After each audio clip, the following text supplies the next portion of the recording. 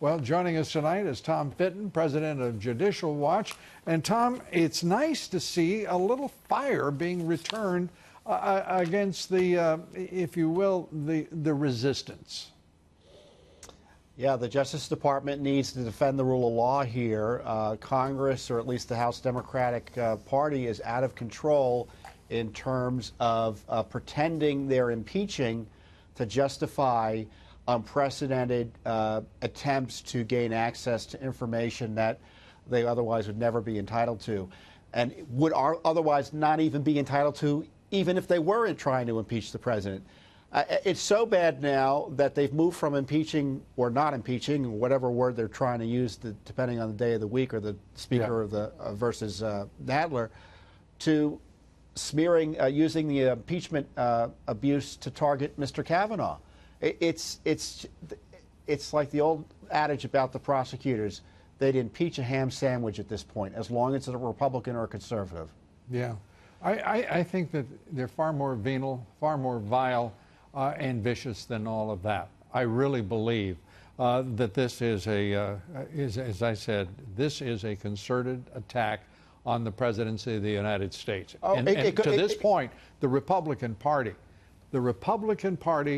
and the conferences on the House and the Senate sides both ought to be ashamed of their response, their lacking of a response in defense of this president and law and order. It's even worse than that, Lou. You have the coup targeting President Trump, largely unanswered, as you point out. They tried to overthrow the Senate with intimidation and violence to stop Kavanaugh with those lies and smears. So they were attacking the institution of the Senate, overthrowing that aspect of our Constitution, and now the target is the Supreme Court, threatening impeachment based on more lies and smears of Kavanaugh. There's not one institution under our constitutional republic that is not under assault, seditious assault, by the hardcore left, which is now taking control of the establishment here in Washington. Talk a little bit, very quickly, we're running out of time as always.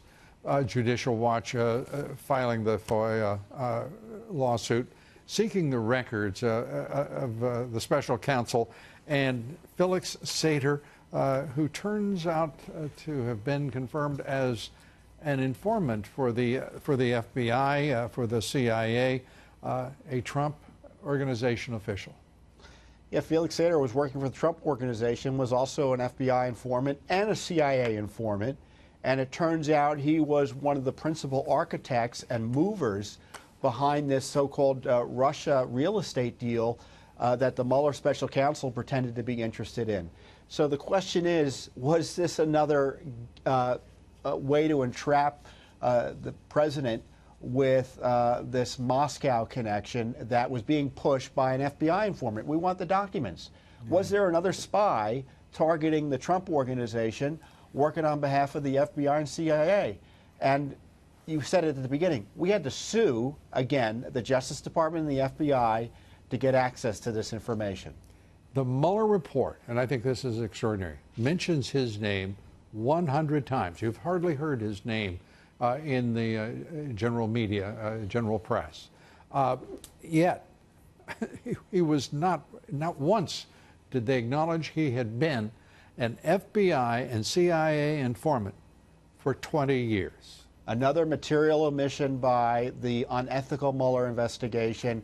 You know, Sater was the one, for instance, who was pushing the idea of giving Putin an apartment in the Moscow Trump project.